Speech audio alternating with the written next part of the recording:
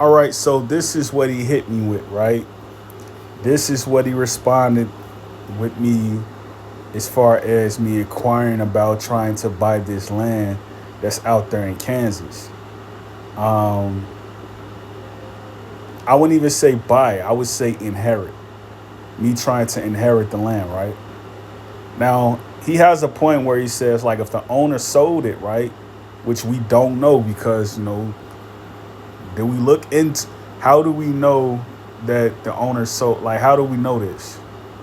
How do we know that the owner sold this land? How do we know that he wasn't coerced out of it, or a situation occurred where he had to give the land up and he had to take the best bidder?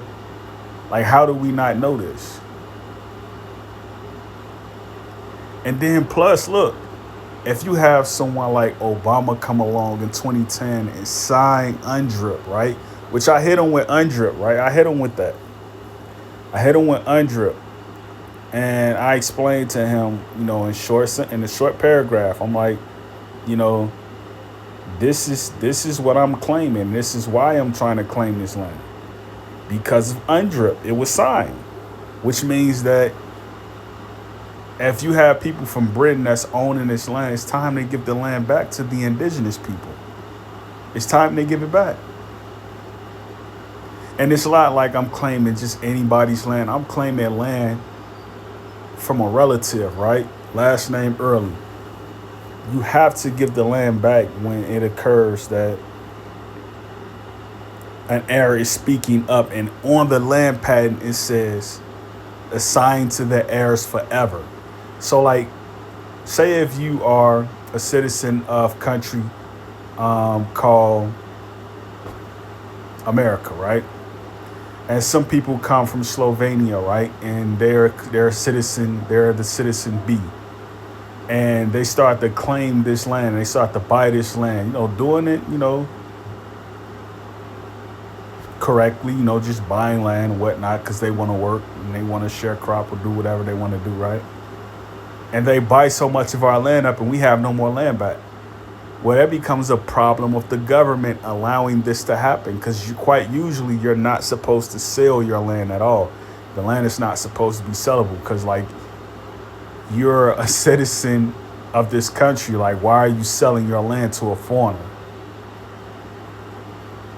It's supposed to be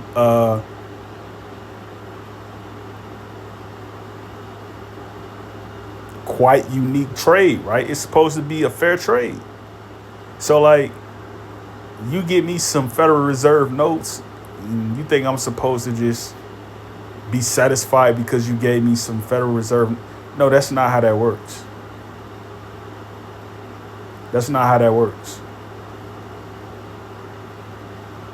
So I explained to him already. I'm going to explain to them, like, UNDRIP is the reason I'm giving this idea that, the land should be inherited by me. UNDRIP. And plus, my last name is Early. I can give you genealogical records of my family. So that's not even an issue. I know I'm related to this person. If they got the last name Early. So we're going to see what's going to happen with this, right? I'm going to see what's going to happen with this.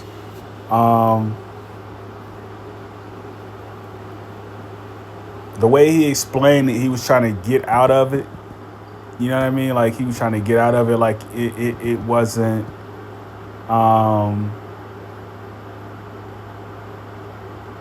in his nature to help with the situation.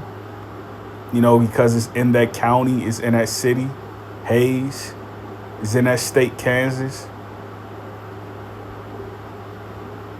So we're going to see what's going to happen with it. There goes information right there. We're going to see what's going to happen with it. But I'm telling African Americans right now, if you got a land patent or a probate will from your ancestry records, you found it somehow doing your genealogy, your genealogy, contact a real estate attorney that's in that particular city or state where that land patent or that record is from, and tell them, like, you know what, do some searching. Because, like, how would I have known this if it weren't for somebody telling me that this is how you're supposed to do it? I don't know. I prior to this, I never knew what a real estate attorney was. I didn't even know they existed. You know what I mean? Like, this tells me everything I need to know. He dread this day to come where, like, people will find out, like, oh, I got family that got land patents and I can do a claim on it. You know, like, but this the thing, right? They're going to hit you with fees. And those fees probably are not refundable. So that's the issue you're going to have when you're walking into this. That's the issue you're going to have. So, I want to see what happens. I want to see what he says, you know, because I just hit him with the woo wop. I just hit him with the, here goes undrip. I heard what you said, but this is what this say. You know, undrip,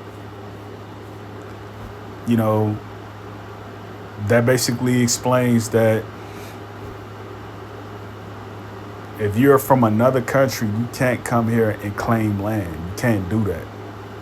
You have to give the land back to the indigenous people. You know what I mean? Like, you can't do that. You know?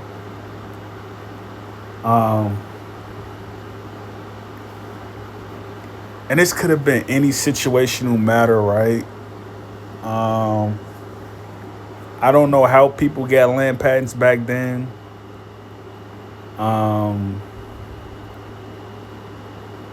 I don't know.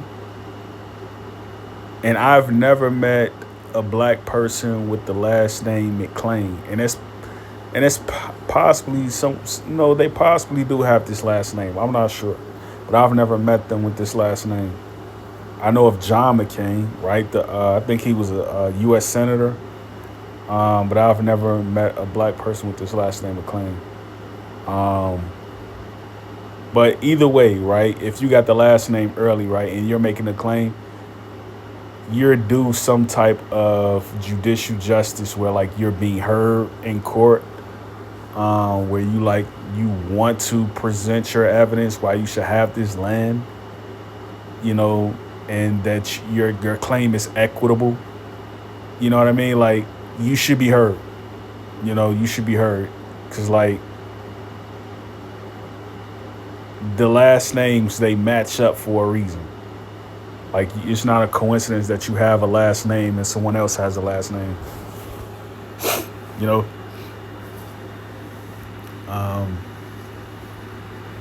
And some people will say, like, well, that was the slave master land. You know, the last names that we got, right? They'll say that, right? But that's not always the case. If you're on a plantation and you have a last name assigned to you, you know, you got to follow history. You know, what does history say? How did you get that last name? You know, how did any of us get last names, and how was it agreed upon? You see what I'm saying? And why was the last names agreed upon in America and not somewhere else where people were already here and you had people already coming here? That's the thing you got to ask. You know, it's like you playing Go Seek or It, right? And a person comes with this idea, like, let's start assigning last names. And you got all these new people coming in, like, I want to play. And you start giving them last names and y'all start playing however the rules go. That's exactly how this is playing out. But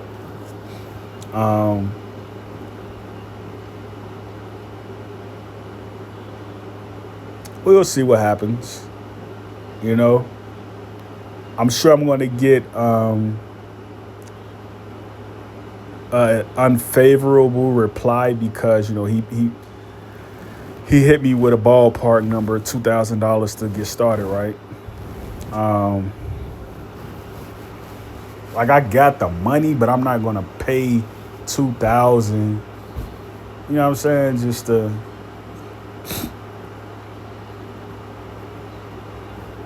like I wouldn't do that. Like let me know if it's possible that I can get the land. Like like give me a positive like inquiry before you even start asking about money. You know what I'm saying? Like that be the scam is something like when people start like, saying, oh, it's gonna cost this, it's gonna cost that to do this, and then when they start to do it, you already paid them, and they do a bad job, and you want your money back, and they don't give your money back. That's where the problem lies. You know what I'm saying? It's like somebody saying they want to cut your hair or something like that. You know what I'm saying? They got this new clipper, and all you got to do is pay them $100 in advance, and they do a bad job, or the clippers don't work. You know what I'm saying? Poor analogy, but you get the gist. Um,